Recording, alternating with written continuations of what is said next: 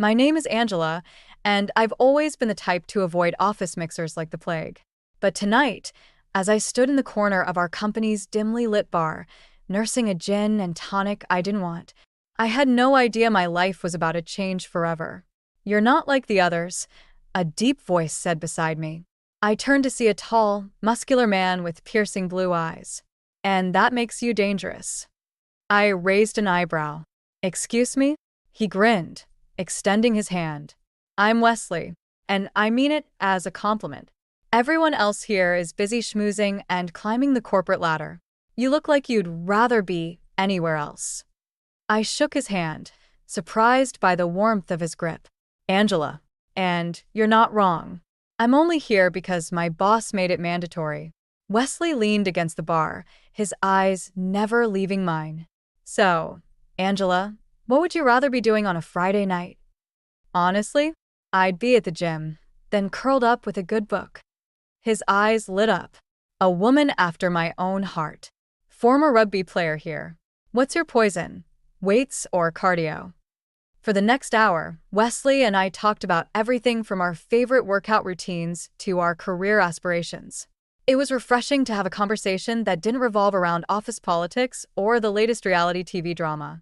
"So, why'd you quit rugby?" I asked, genuinely curious. Wesley's smile faltered for a moment. "Injury. Tore my ACL. My sister nursed me back to health, but by then, my shot at the pros was gone." "I'm sorry," I said, noticing the flash of pain in his eyes. "That must have been tough." He shrugged. "It was. But it led me here, so I can't complain too much." As the night wore on, I found myself drawn to Wesley's easy charm and genuine interest in what I had to say. It had been a long time since I'd felt this kind of connection with someone. "Listen," Wesley said as the crowd began to thin. "I know this might be forward, but would you like to grab coffee sometime? Outside of this stuffy work environment." I hesitated. My last relationship had ended badly, and I'd sworn off dating for a while. But something about Wesley felt different. "I'd like that," I heard myself say. Wesley's face lit up. "Great. How about tomorrow morning? There's this little cafe on 5th that does amazing avocado toast." As we exchanged numbers, I couldn't shake the feeling that I was stepping into something bigger than just a coffee date. Wesley's earlier words echoed in my mind. "You're not like the others. And that makes you dangerous." Little did I know just how dangerous I would become, not just to Wesley's heart, but to the carefully constructed world his family had built around him. The next morning, I stood outside the cafe, debating whether to go in or turn tail and run. My phone buzzed with a text from Wesley. "Hope you're still coming. I promise I don't bite. Unless you're into that sort of thing." Winky face. I laughed despite myself and pushed open the door. Wesley was already there, 2 steaming mugs on the table in front of him. "I took a chance and ordered you a latte," he said as I sat down. "Hope that's okay." I took a sip, pleasantly surprised. "Perfect, actually. How'd you guess?" He winked. "I have a sixth sense about these things." As we talked, I found myself opening up more than I had in years. Wesley listened intently, asking thoughtful questions and sharing his own experiences. "You know," he said as we finished our coffee, "I have to admit something. I saw you at the office a few weeks ago and have been trying to work up the courage to talk to you ever since." I felt a blush creep up my cheeks. "Really? Why didn't you say anything sooner?" Wesley's eyes grew serious. "I've had some complicated relationships in the past. I wanted to make sure I was ready before jumping into anything new." There was something in his tone that made me wonder what he wasn't saying, but I pushed the thought aside. For the first time in a long time, I was excited about the possibility of a new relationship. As we left the cafe, Wesley caught my hand. "Angela, I know this might be too soon, but I'd really like to see you again." I squeezed his hand, ignoring the warning bells in the back of my mind. "I like that too, Wesley." Little did I know, that simple decision would set in motion a chain of events that would test my strength, my love, and my very sanity in ways I could never have imagined.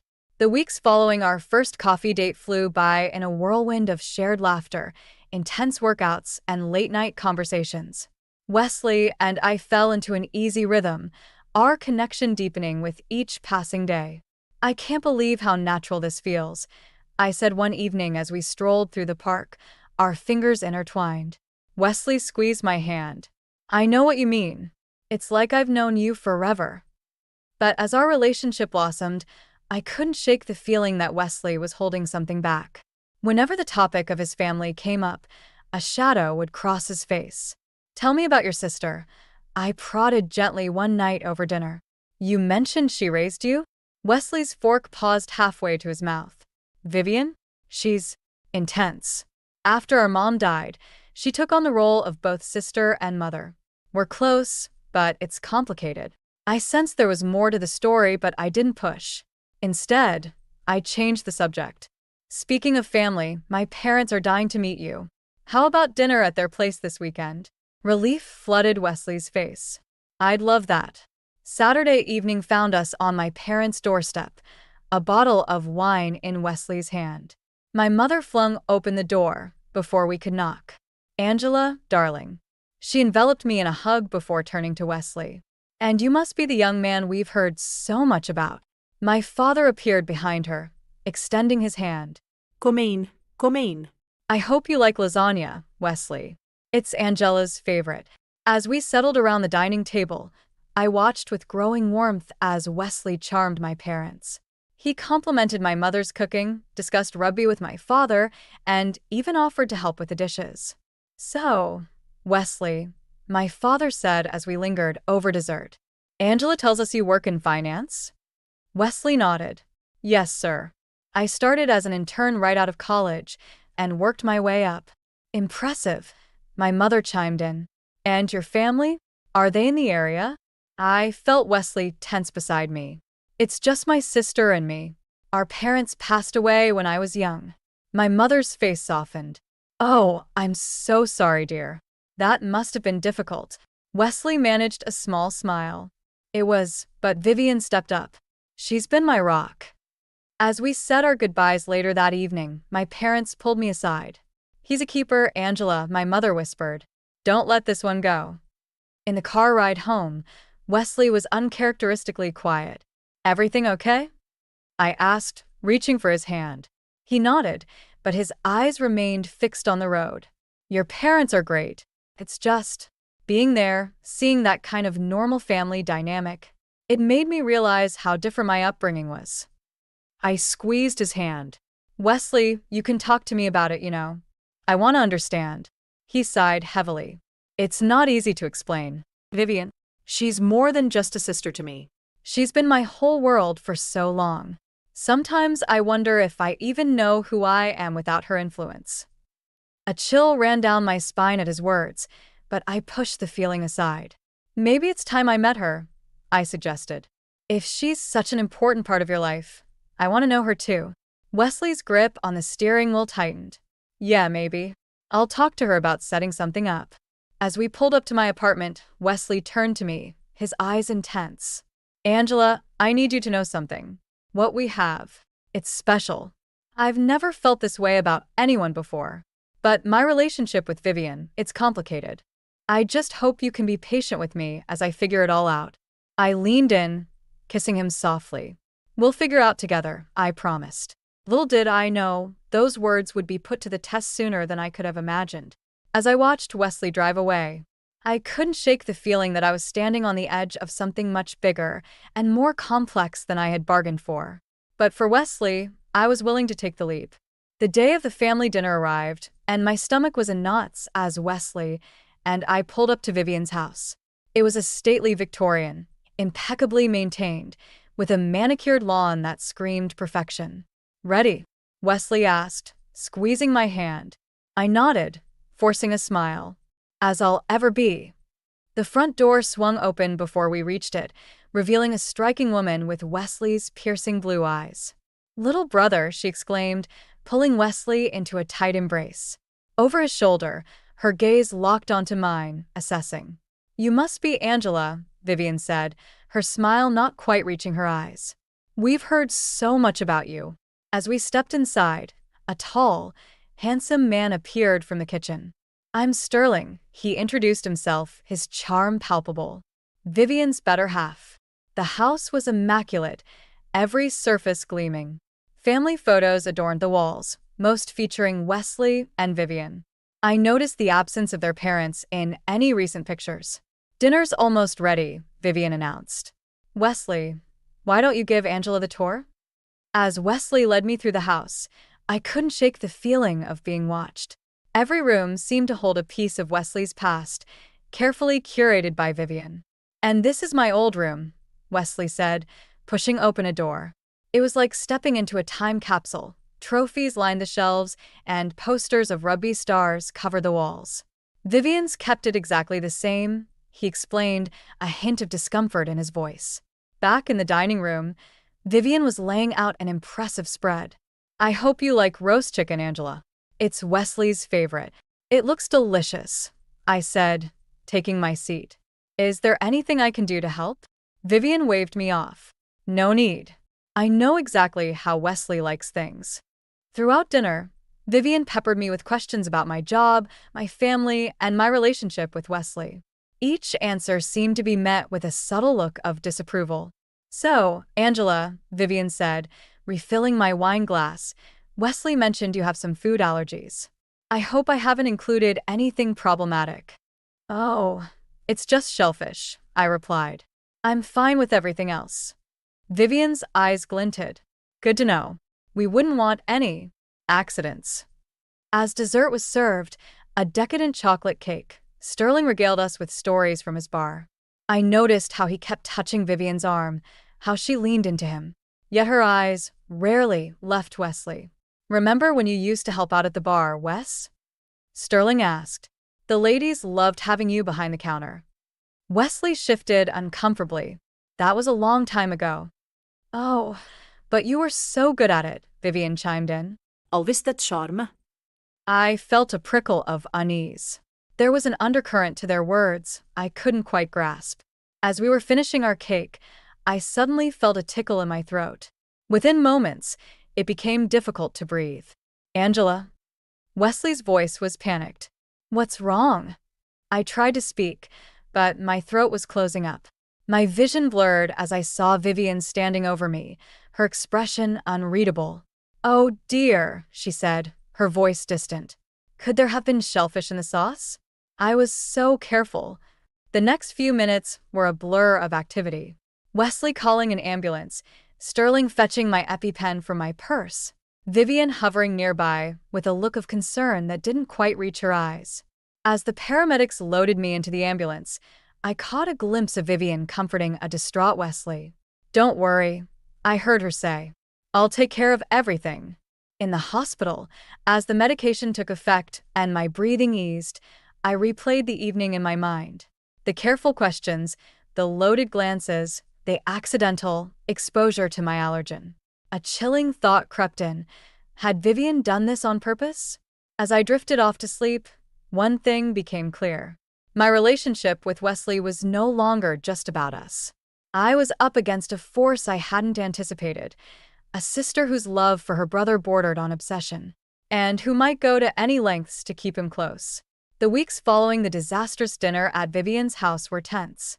Wesley was torn between concern for me and loyalty to his sister, while I grappled with my growing suspicions about Vivian's true nature.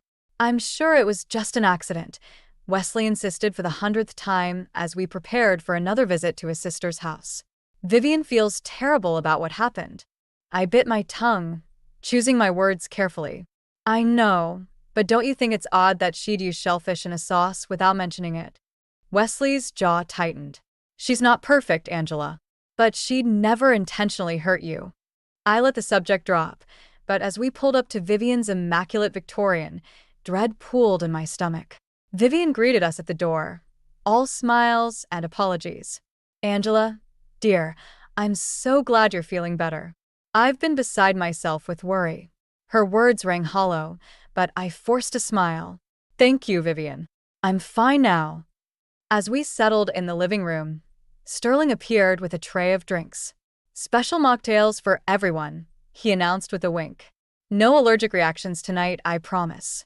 I sipped the fruity concoction cautiously, hyper-aware of every taste and sensation. Dinner proceeded without incident, but I couldn't shake the feeling of being watched, analyzed, judged. It wasn't until dessert that things took a turn. As I bit into the homemade apple pie, a familiar tingling sensation started in my throat. "Is everything all right, Angela?" Vivian asked, her eyes sharp despite her concerned tone. I nodded, not trusting myself to speak. But within minutes, my throat began to close, and panic set in.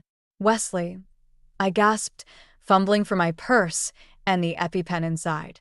Chaos erupted. Wesley shouting for an ambulance, Sterling rushing to find antihistamines, and Vivian hovering nearby, her expression a mask of concern that didn't quite reach her eyes. As the paramedics loaded me into the ambulance for the second time in as many months, I caught a glimpse of Vivian comforting Wesley. "Don't worry, little brother," she cooed. "I'll take care of everything." The hospital visit was mercifully short this time, but it left me shaken and more suspicious than ever. Back at my apartment, Wesley paced anxiously. "I don't understand," he muttered. "Vivian swears there was nothing in that pie that could have triggered your allergy." I took a deep breath, knowing my next words could change everything. "Wesley, I think Vivian might be doing this on purpose." He froze, his face a mix of shock and disbelief. What?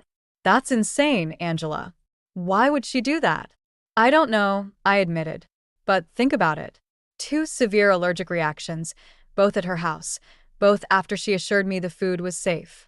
It's too much of a coincidence." Wesley's face hardened. "You're wrong. Vivian would never." She loves me. "She wants me to be happy." "Does she?" I challenged. "Or does she want you to need her?" The argument that followed was brutal.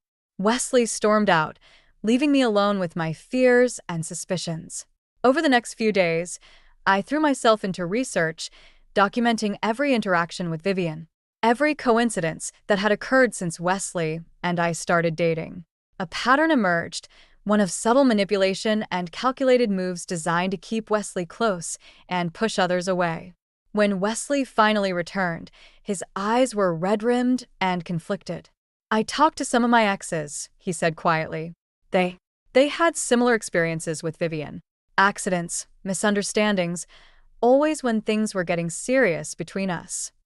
My heart ached for him. "I'm so sorry, Wesley. I know how much you love her." He nodded, his voice barely a whisper. "What do we do now?" I took his hand, squeezing it gently. "We face this together. We find out the truth, no matter how painful it might be." As we sat there, planning our next move, I realized we were at a crossroads.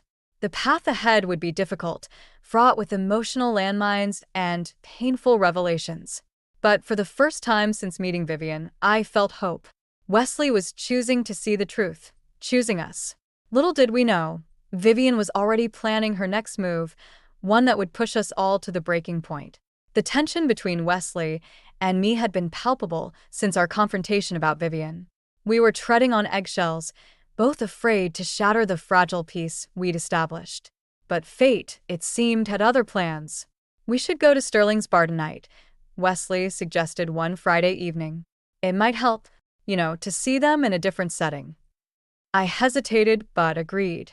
Maybe a neutral ground would provide some clarity.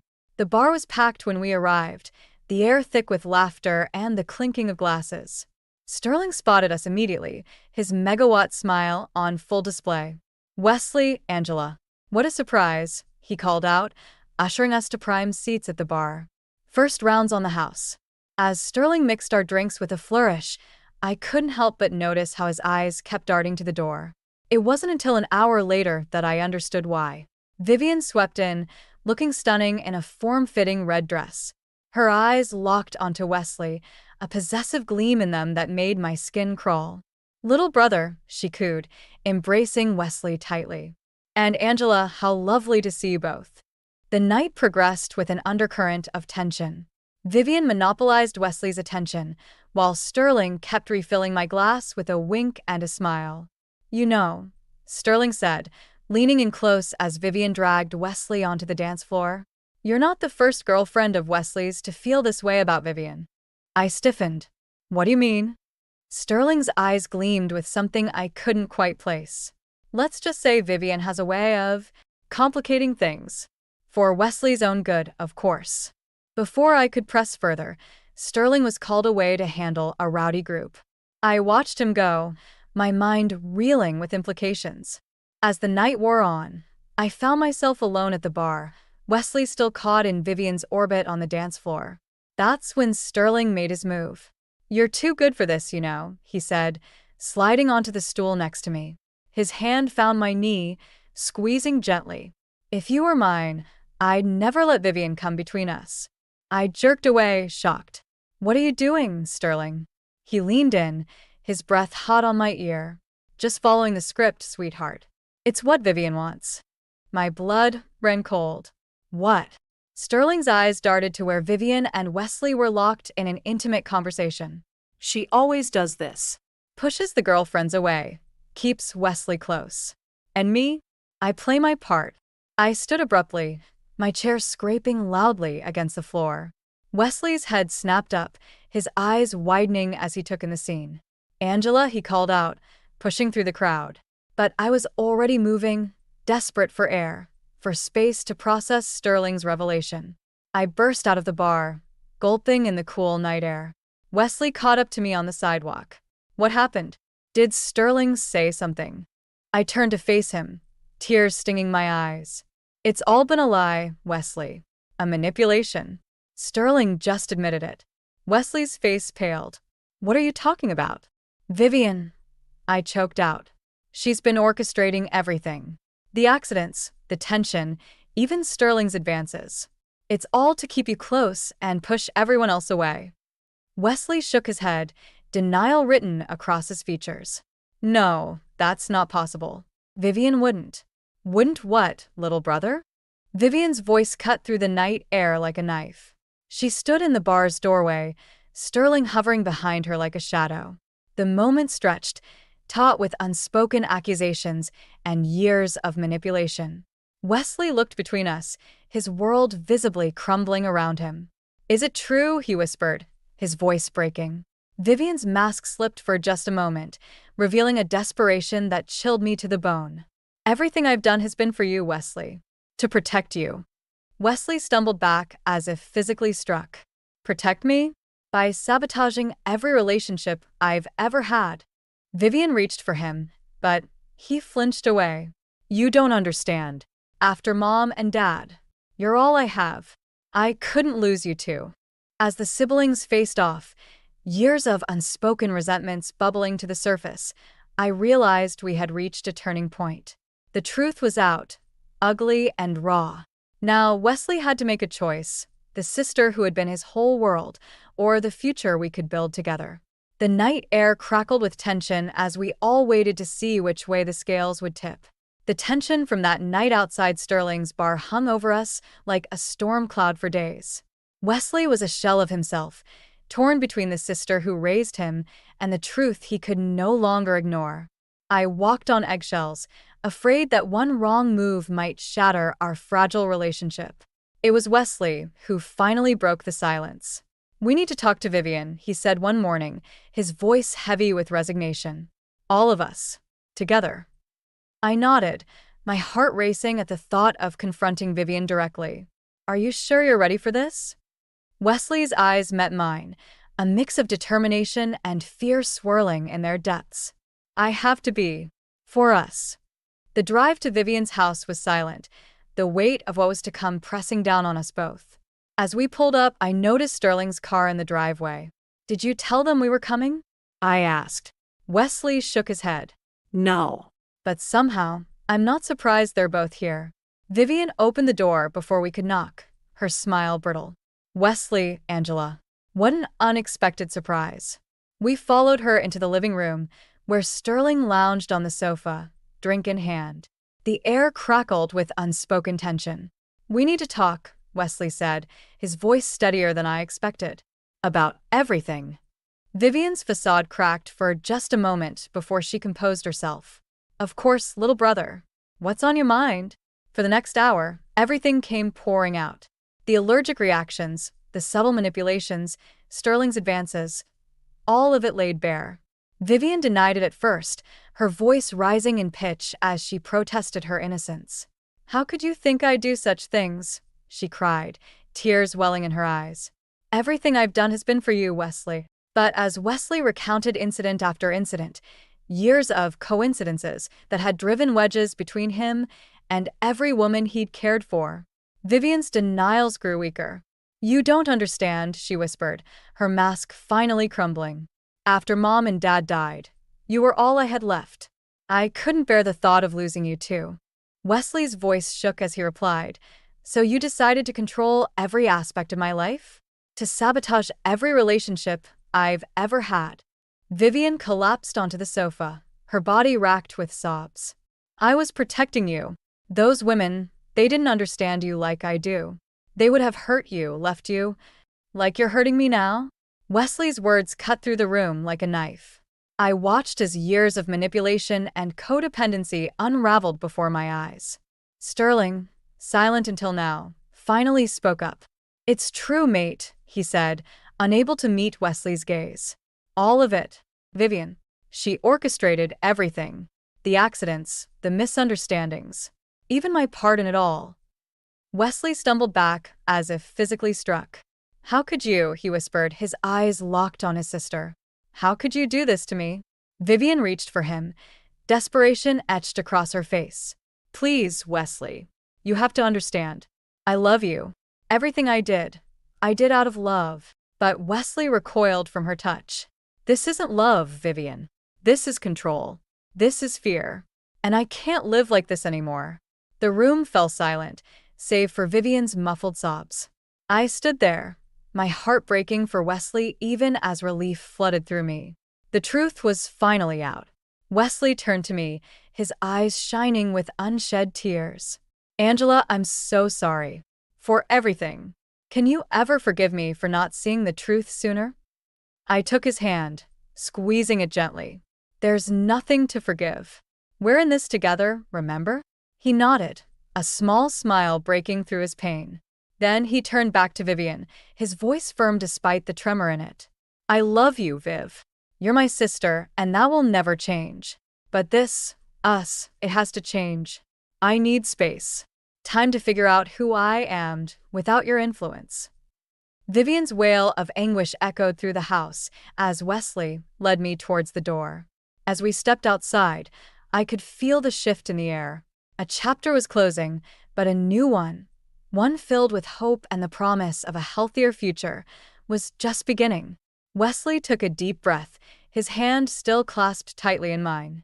"Let's go home," he said softly. And as we drove away from the house that had held so many secrets, I knew that whatever challenges lay ahead, we would face them together. The months following our confrontation with Vivian were a whirlwind of emotion and change. Wesley and I grew closer, our bond strengthened by the trials we'd faced together. When he proposed on a crisp autumn evening, tears of joy streaming down his face, I knew we were ready to start our new life together. As our wedding day approached, a cautious optimism settled over us. Wesley had maintained minimal contact with Vivian, setting clear boundaries for the first time in his life. She hadn't taken it well, but we hoped time would heal the wounds. The morning of our wedding dawned bright and clear. I stood in the bridal suite, surrounded by my closest friends and my mother, all of us buzzing with excitement. "You look absolutely radiant, sweetheart," my mother said, tears glistening in her eyes as she adjusted my veil. I beamed at her, my heart full. "Thanks, Mom. I can't believe this day is finally here." Just then, my maid of honor burst into the room, her face pale. "Angela, we have a problem." My stomach dropped. "What is it?" She hesitated, wringing her hands. "It's your dress. Someone's destroyed it." The room erupted in gasps and exclamations. I felt the blood drain from my face as I rushed to the closet where my gown had been hanging. Sure enough, it was in tatters, slashed to ribbons. "Vivian," I whispered, a cold certainty settling over me. My mother wrapped her arm around me. "Oh, honey, what are we going to do?"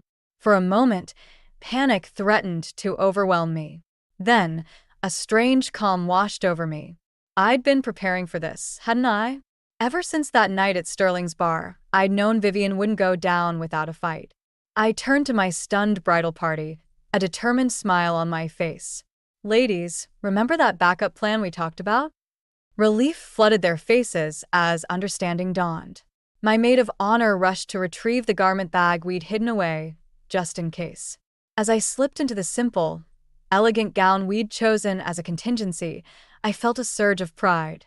Vivian might have destroyed my original dress, but she couldn't touch what really mattered, the love Wesley and I shared. Meanwhile, in the groom's suite, chaos of a different kind was unfolding. Wesley paced anxiously, his best man watching with concern. "She's not coming, is she?" Wesley muttered, running a hand through his hair. "Vivian's done something, I know it." Just then, there was a commotion outside. The door burst open, revealing a disheveled Vivian. "Wesley, please," she pleaded, her eyes wild. "You can't go through with this. She's not right for you. Only I understand what you need." Wesley's face hardened. "Vivian, stop. This ends now." "What have you done?" Vivian's composure cracked. I only wanted to protect you. The dress. I thought if I could just delay things." Wesley's best man stepped between them. "I think you should leave, Vivian." Now.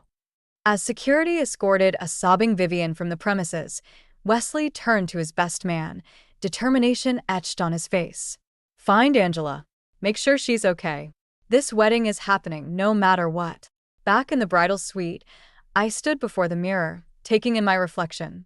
The backup dress was simpler than my original gown, but as I gazed at myself, I realized it was perfect. It represented everything Wesley and I had been through: resilience, adaptability, and unwavering love. A knock at the door interrupted my thoughts. "Angela." Wesley's voice called out. "Are you okay? Can I come in?" I hesitated for just a moment before answering. "Yes, come in." Wesley entered, his eyes widening as he took in the sight of me. "Angela, you look breathtaking." I smiled, tears threatening to spill. "Vivian?" He shook his head. Gone. "It's just us now." Wesley crossed the room in 2 strides, taking my hands in his. "Angela, after everything we've been through, I want you to know, I choose you. Today and every day. No more doubts, no more interference. Just us." I squeezed his hands, my heart overflowing. "I choose you too, Wesley. Always."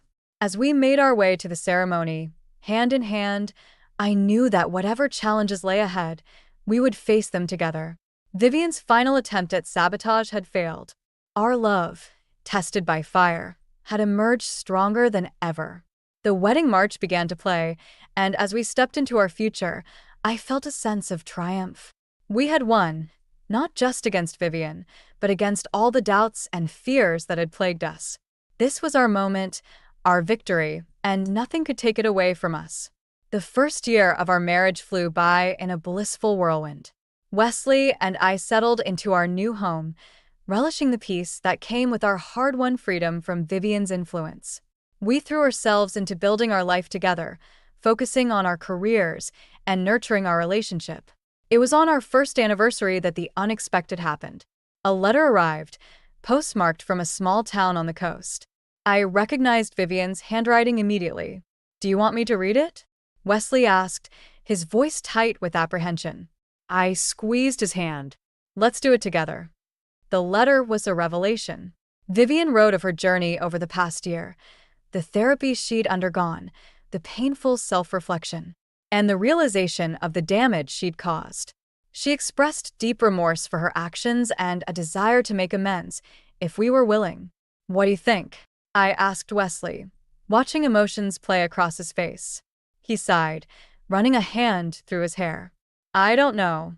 Part of me wants to believe her, but after everything..." I nodded, understanding his hesitation.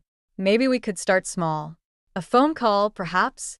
That phone call led to more conversations, each one a careful dance of boundaries and tentative trust. Vivian had indeed changed. She'd broken things off with Sterling, recognizing the toxicity of their relationship. She'd moved to the coast, starting fresh in a new town where she could focus on her own growth. Months passed, and slowly, cautiously, we allowed Vivian back into our lives. It wasn't easy. There were moments of tension, old habits threatening to resurface. But Vivian was committed to change, and we were committed to giving her a chance. The true test came when we announced we were expecting our first child. I held my breath, waiting for Vivian's reaction. To my surprise, tears of joy filled her eyes. "I'm so happy for you both," she said, her voice thick with emotion. "And I promise I'll be the best aunt I can be, without overstepping." As my due date approached, Vivian proved true to her word. She offered support without smothering, respecting our boundaries at every turn. When our daughter, Lily, was born, Vivian was there, but she waited patiently in the waiting room until we were ready for visitors. Watching her hold Lily for the first time, I saw a transformation in Vivian. The possessiveness that had once consumed her was gone, replaced by a gentle, nurturing love. "She's perfect," Vivian whispered, gazing down at her niece. "You two have created something beautiful." Wesley wrapped his arm around me, his eyes misty. "We all have," he said, including Vivian in the moment. "Our family." As we settled into life with Lily, I marveled at how far we'd come. The journey hadn't been easy, but the rewards were beyond anything I could have imagined. Wesley and I had not only strengthened our bond, but had also helped Vivian find her way to a healthier, more fulfilling life. One evening, as we sat on our porch watching the sunset, Lily cooing softly in my arms, Wesley turned to me with a smile. "You know," he said, "that first night we met, I told you that you were dangerous. I had no idea how right I was."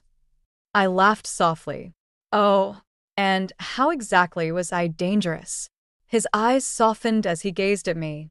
"You were dangerous because you had the power to change everything. My life, Vivian's life, our entire family dynamic. You showed us all what real love looks like, the kind that's strong enough to overcome any obstacle, yet gentle enough to allow for growth and forgiveness." Tears pricked my eyes as I leaned into him. "We did it together," I murmured. As the last rays of sunlight painted the sky in brilliant hues, I felt a profound sense of peace wash over me. We had faced manipulation, betrayal, and near destruction of our relationship.